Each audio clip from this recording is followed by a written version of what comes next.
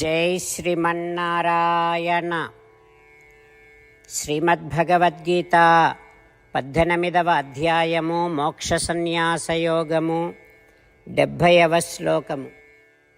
అధ్యేష్యతే చ య ఇమం ధర్మ్యం సంవాదమావయోః జ్ఞానయజ్ఞేన తేనాహం ఇష్టస్యామితి మే మతిః. ఓం. గీతాచార్యుడు శ్రీకృష్ణ పరమాత్మ అర్జునుడితో పాటు మనందరికీ మోక్ష సన్యాసయోగాన్ని ఉపదేశం చేస్తూ ఉన్నాడు. పరమాత్మ ఈ రకంగా అంటూ ఉన్నాడు, అర్జున, మన మధ్య జరిగినటువంటి ఈ పవిత్రమైన సంవాదము, నేను చేసినటువంటి గీతోపదేశము, ఆ శ్రీమద్భగవద్గీతను ఎవరు పారాయణ చేస్తారో వారు నన్ను మనసారా ఆరాధించినట్టే, అంతటి తృప్తిని నేను పొందుతా అంటూ శ్రీకృష్ణ భగవానుడు తాను చెప్పినటువంటి శ్రీమద్భగవద్గీతను పారాయణ చెయ్యమని ప్రోత్సహిస్తూ ఉన్నాడు. ఆ పరమాత్మ ఉపదేశాన్ని మనసారా స్మరిస్తూ శ్రీమద్భగవద్గీతను కనీసము ప్రతిరోజు ఒక్క శ్లోకాన్నైనా అనుసంధానము చేసేటటువంటి ప్రయత్నము చేస్తూ, పరమాత్మకు అది చాలా ఇష్టమైన పని కనుక దానిని చేస్తూ, శ్రీమన్నారాయణుడిని పొందటమే జీవిత లక్ష్యముగా పెట్టుకొని శ్రీమన్నారాయణుడిని మాత్రమే శరణు వేడుకుంటూ పరమాత్మ పలికిన పలుకులను అదేవిధంగా పలికే ప్రయత్నం చేద్దాం. అధ్యేష్యతే చ య ఇమం ధర్మ్యం సంవాదమావయోః జ్ఞానయజ్ఞేన తేనాహం ఇష్టస్యామితి మే మతిః. అంతేకాకుండా మనం ప్రతిరోజు శ్రీమన్నారాయణుడికి ఒక 8 పనులు చేస్తాం అని మాట ఇద్దాం. ఎందుకంటే శ్రీకృష్ణ భగవానుడు 18వ అధ్యాయములో 65 నుండి 70వ శ్లోకాల ద్వారా శ్రీమద్భగవద్గీత అంతటికీ సారభూతముగా మనకు 8 పనులు చేయమని చెప్పాడు.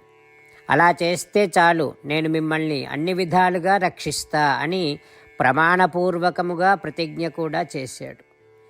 అందుకని శ్రీమద్భగవద్గీతను అంతటినీ విన్న తర్వాత అర్జునుడు కూడా చివరకు కరిష్యే వచనం తవ, కృష్ణ నువ్వు చెప్పినట్టే చేస్తా అని అన్నాడు. కనుకనే భగవానుడు అర్జునుడికి అన్ని విధాల విజయాన్ని అందించాడు.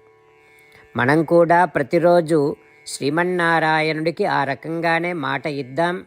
8 పనులు చేస్తాం అని మనము మాట ఇస్తే అది అష్టాక్షరీ మహామంత్ర జపము చేసినటువంటి ఫలితాన్ని మనకు ప్రతిరోజు ఇస్తుంది.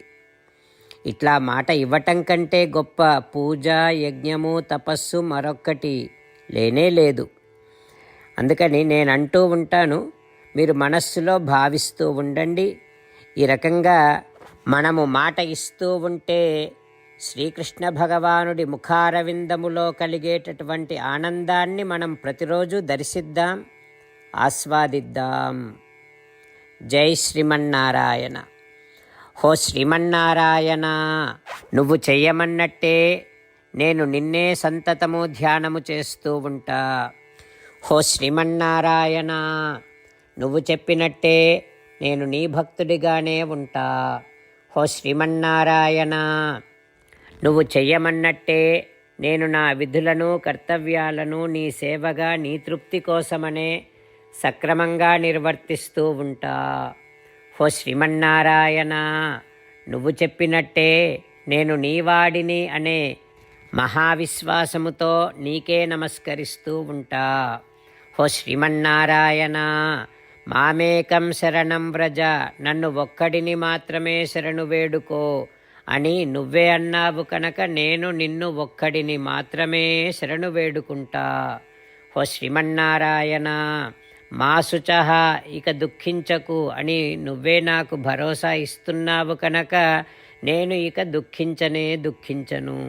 ఓ శ్రీమన్నారాయణ, నువ్వు చెప్పినట్టే నువ్వు నా కోసమని అనుగ్రహించినటువంటి శ్రీమద్భగవద్గీతను ప్రతిరోజు కనీసము ఒక్క శ్లోకాన్నైనా జ్ఞాపకం చేసుకుంటూ శ్రీమద్భగవద్గీతను అనుసంధానము చేస్తూ ఉంటా.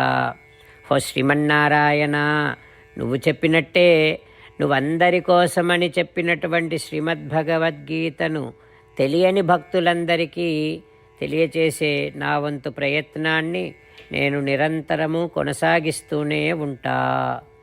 ఓ శ్రీమన్నారాయణ, నేను నువ్వు చెప్పినట్టే చేస్తా, నీకు నచ్చినట్టే ప్రవర్తిస్తా, నీకోసమే పని చేస్తూ ఉంటా. కరిష్యే వచనం తవ అధ్యేష్యతే చ య ఇమం ధర్మ్యం సంవాదమావయోః జ్ఞానయజ్ఞేన తేనాహం ఇష్టస్యామితి మే మతిః. ఓం అధ్యేష్యతే చ య ఇమం ధర్మ్యం సంవాదమావయోః జ్ఞానయజ్ఞేన తేనాహం ఇష్టస్యామితి మే మతిః.